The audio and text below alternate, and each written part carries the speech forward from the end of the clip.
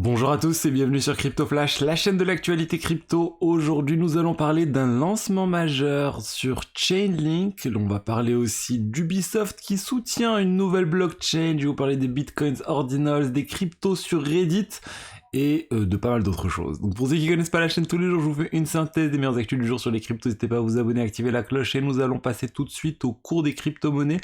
On est en légère baisse aujourd'hui, à environ 1%, que ce soit pour le Bitcoin 1,3%, l'Ether 1% aussi, BNB moins 1,5%, donc une baisse générale sur le marché, et certaines cryptos qui font des baisses encore plus significatives telles que Solana. Je voulais commencer par vous parler de Chainlink. Vous savez, Chainlink, c'est un projet qui est connu pour ses oracles, ces éléments qui permettent d'insérer des données du monde réel, des données telles que le prix de certaines crypto-monnaies sur les smart contracts pour ajouter des fonctionnalités indispensables. En fait, actuellement, on peut quasiment pas faire de finance décentralisée sans les oracles de Chainlink. AAV, par exemple, se repose exclusivement sur les oracles de Chainlink. On a d'autres projets aussi qui se reposent sur Chainlink, et Chainlink en fait ils sont en train d'ajouter de plus en plus de fonctionnalités, et là ils sont en train de lancer le CCIP. C'est un sorte de bridge en fait, c'est un Cross-Chain Interoperability Protocol, un protocole d'interopérabilité entre plusieurs blockchains. Ça vous permet depuis un smart contract donné d'une blockchain A envoyer un message à un smart contract d'une blockchain B ou transférer de l'argent. Il y a les deux options qui sont possibles, que ce soit de l'envoi d'informations ou de crypto, et c'est à travers plein de blockchains différentes. On parle d'Arbitrum, d'Avalanche, Ethereum Sepolia, Goerli, Optimism Goerli, Polygon, Mumbai, bref, plein de choses différentes. Ça va commencer pour les développeurs là, donc là c'est uniquement ce que je vous ai cité, c'est les tests pour les développeurs, mais une fois que ça sera en place, ça sera vraiment disponible sur quasiment toutes les blockchains, et c'est une très bonne chose. C'est une très bonne chose parce que ça va créer plus d'options pour pouvoir transférer des choses cross-chain.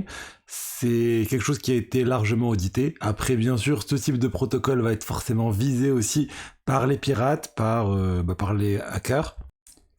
Et en fait, ce que cela pourrait permettre selon le fondateur de Chainlink, c'est qu'en fait les banques devraient se mettre à utiliser CCIP, et il y a notamment Swift, vous savez le réseau de paiement Swift, qui pense à utiliser CCIP pour la communication entre plusieurs banques, l'intégration avec plein de banques. Il y en a plusieurs qui ont déjà annoncé étudier la chose, donc on parle de BNP Paribas et Clearstream, plein d'autres banques.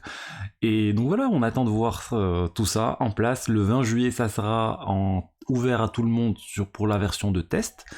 C'est pas tout de suite pour le mainnet ouvert à tout le monde, mais on se rapproche de tout ça. On va parler maintenant d'Ubisoft qui devient un validateur de la blockchain Chronos. Ça vient d'être annoncé aussi aujourd'hui. Chronos, pour ceux qui ne connaissent pas, c'est la blockchain initialement de Crypto.com. C'est sur Cosmos. Et voilà, ça vient de sortir sur le blog de Chronos. Ils disent c'est aussi un partenariat stratégique. Ils vont étudier comment le gaming pourrait arriver sur ce type de blockchain. Donc ça reste quand même à l'état d'étude, on va dire, mais Ubisoft et la filiale, enfin la partie en charge de la blockchain va bien lancer un nœud pour valider les choses sur Chronos. Il y a une vingtaine de validateurs et Ubisoft va en devenir un autre. On va parler maintenant de Bitcoin Ordinals. La technologie, on va dire NFT sur le réseau Bitcoin continue vraiment de bien fonctionner. On a énormément d'inscriptions, c'est ces sortes de NFT en fait qui sont créés sur le réseau Bitcoin. Et regardez, si on regarde encore sur Dune, on a encore atteint quasiment un plus haut. Le 16 juillet, on était à 385 000 inscriptions. C'est dans le top 3 des jours où il y a eu le plus d'inscriptions sur Ordinals. Donc toujours beaucoup d'intérêt pour cette technologie. Je vous ai parlé aussi d'Edscription, qui est une technologie similaire sur le réseau Ethereum. Elle aussi, ça marche plutôt pas mal, même s'ils ont lancé une première place de marché avec un smart contract pour manipuler les NFT, et la place de marché s'est fait pirater. Il y a eu dans les 200 inscriptions qui ont été volées, donc on est vraiment au tout début de tout ça. Mais je trouve ça vraiment intéressant. Il y a vraiment beaucoup de choses qui sont en train de se construire autour de cette technologie sur le Bitcoin, et je l'ai déjà dit, mais c'est très bien pour les frais. ça va générer une demande pour le Bitcoin, pour réaliser des transactions sur le Bitcoin, et pour moi c'est nécessaire pour l'avenir du Bitcoin. Parce que vous le savez sans doute, mais voilà, au bout d'un moment, il y aura plus du tout de récompense de minage. Vous savez, les blocs, la récompense tous les 10 minutes qui est offerte va disparaître dans très longtemps, mais elle va disparaître d'ici 2140, il y aura 0, mais bien avant, ça sera négligeable.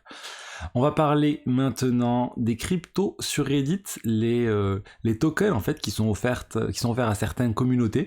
On parle du token Moon par exemple, du subreddit Cryptocurrency, ou de la crypto Brick pour le subreddit de Fortnite.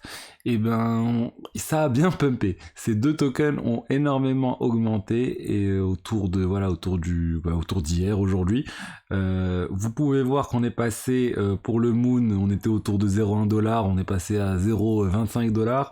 Pour le Brick aussi, ça a bien monté. On parle de 300% sur 2 jours de hausse. Pourquoi ? Parce qu'en fait, il y a eu un changement dans les conditions générales associées à ces community points, à ces crypto-monnaies de Reddit, et ils ont en fait officiellement listé le fait que ça pouvait être tradé. Du coup, ça a fait penser qu'il allait avoir plus de développement de Reddit sur ça, ou qu'ils allaient permettre simplement aux utilisateurs de vendre et d'acheter ces cryptos depuis Reddit. Parce qu'en fait, actuellement, c'est déjà tradable, vous allez me dire, donc limite on s'en fiche que ça soit officiellement tradable. C'est juste que c'était assez compliqué pour pouvoir trader ces cryptos. Il fallait prendre le wallet avec lequel vous avez obtenu les cryptos sur Reddit, exporter la clé, la mettre sur un autre wallet, transférer ensuite sur un exchange décentralisé. Donc on peut imaginer quelque chose de beaucoup plus simple pour les utilisateurs, et c'est tout, c'est pour ça que c'est en train d'augmenter. Il y a beaucoup de spéculations sur ce que ces cryptos de Reddit pourraient devenir, et là encore on est au tout début de ces cryptos sur Reddit. Il y a que quelques subreddits qui en ont pour l'instant, mais c'est en test, on va dire, en rodage, et ça devrait s'étendre à beaucoup plus de subreddits par la suite, ces forums de discussion spécialisés sur certains sujets. Et pour finir, je voulais vous parler de cette information qui est pas terrible, mais qui montre vraiment qu'on est toujours en bear market, qui montre en fait que l'investissement des VC, tout ce qui est venture capital, dans le Web3 a fortement diminué. On est en baisse de 76%. Si on regarde sur le deuxième trimestre de l'année 2023, il y a eu à peine 1,8 milliard qui a été investi, alors que l'année dernière, sur la même période, on avait 7,5 milliards. Donc 1,8 milliard, ça reste beaucoup, mais ça reste beaucoup moins que en plein bull market où tout le monde s'intéresse aux cryptos, tout le monde investit des centaines de millions de dollars. Là, on est vraiment beaucoup moins. Alors, il y a eu quand même pas mal de gros investissements cette année quand même. On pense à Layer 0 avec leurs 120 millions de dollars. On pense à Mythical Games aussi, ils ont levé 67 millions de dollars, et pas mal d'autres projets, mais ça reste en baisse, et ça montre en fait un désintérêt des investisseurs pour la crypto, même si ça maintient quand même quelque chose qui est plutôt pas mal. 1,8 milliard quand même, il y a 10 ans on aurait dit qu'il y aurait eu 1,8 milliard d'investis dans la crypto en un trimestre, les gens seraient dit c'est déjà beaucoup. Donc voilà ce que j'avais à vous dire aujourd'hui sur l'écosystème crypto. J'espère que le contenu vous a plu. Si c'est le cas, n'hésitez pas à liker, à commenter, à vous abonner, et je vous dis à demain pour la suite. Au revoir.